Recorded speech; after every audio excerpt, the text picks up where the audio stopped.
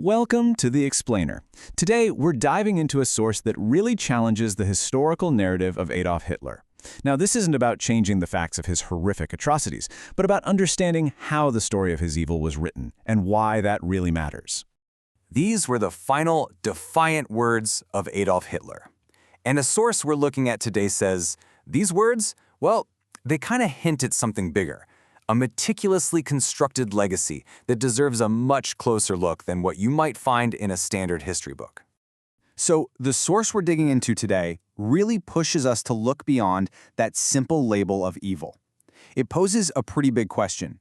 Is the story of this one single satanic figure, is that the whole story, or is it a massive simplification? Let's get into it. When we hear the name Hitler, mainstream history gives us these three defining pillars, right? He's framed as the mass murderer, the guy who started World War II, and the modern face of anti-Semitism. But, and this is the key, our source claims this is a deliberately simplified picture. So, here's our roadmap. We'll kick things off with the villain we all think we know. Then we'll get into the source's big claim that this evil was kind of manufactured. From there, we'll look at the killings and the hatred in a much bigger historical context.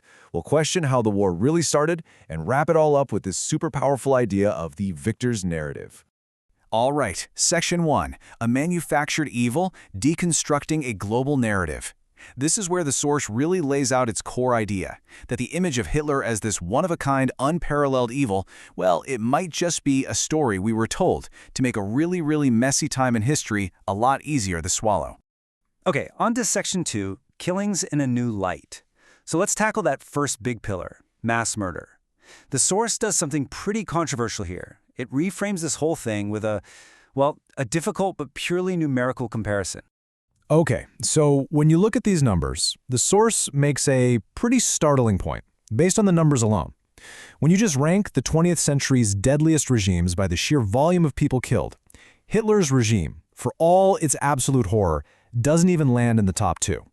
I mean, think about this. The source points out that Mao's policies, they led to the biggest man-made famine in all of human history. And Stalin, who was responsible for the Great Purge and famines that killed millions, well, he was nominated for the Nobel Peace Prize. Twice.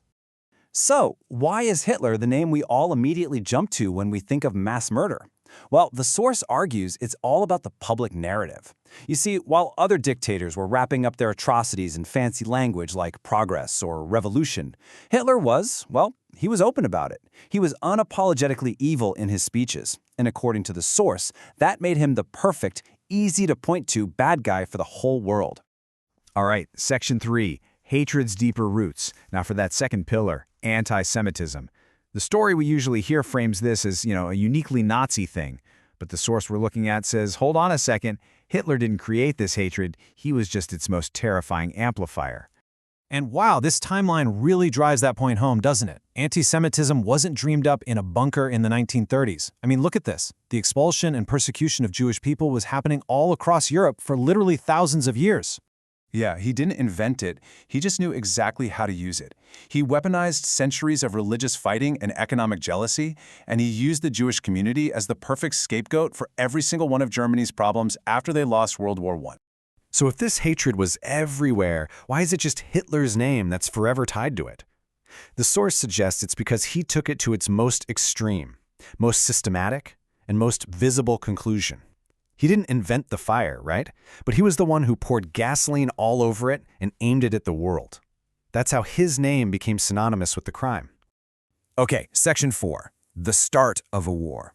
And finally, let's look at that third pillar, the idea that one guy, all by himself, started a world war. The source we're looking at says, nope, not even close. That story completely ignores this huge, complicated web of shared responsibility. So instead of just one bad guy, the source paints a picture of World War II as this perfect storm of global failures. You had the Treaty of Versailles, which just crushed Germany and created so much resentment. You had corporate giants helping the Nazi regime. You had the Allies basically giving Hitler a green light with the Munich Agreement. I mean, it was a mess. So the source argues that Hitler wasn't the storm itself. He was just the spark that lit up a room that was already full of gasoline. Yeah, this idea of shared evil is absolutely key here. The argument is that the catastrophe of the war wasn't the work of just one man. It was a total systemic failure. So many different hands, from politicians to business leaders, helped build the road to disaster. And that brings us to Section 5, the victor's narrative. This is really the heart of the source's whole argument, and it's all summed up in that old saying, history is written by the victors. It suggests the story we all know, it was shaped more by who won the war than by some pure, objective truth. So why create this single, larger-than-life villain? Well, the source argues that by painting Hitler as this one-of-a-kind ultimate evil, the Allied powers could frame the entire war as a really simple story, good versus evil. And that was super convenient because it helped gloss over their own, let's say, morally complicated actions and decisions both before and during the war. And this quote, this really is the takeaway. This sums up the entire perspective of the source material. The one who wins the war writes the history. And if you're going to write yourself as the hero of the story, you absolutely need a crystal clear villain. Okay, and we have to be absolutely crystal clear on this point because the source material is, this analysis is in no way, shape, or form trying to justify or excuse Hitler's horrific actions. That's not the goal. The real purpose here is to use this extreme example to make us think, to challenge us to think critically about how history gets written, why certain stories become the official version, and, who actually benefits from telling it that way. And that leaves us with one last pretty provocative thought. If the story of the 20th century's greatest villain was, according to this source, simplified for us, it makes you wonder, doesn't it? What other parts of our history might look completely different if we stopped and asked who exactly was holding the pen?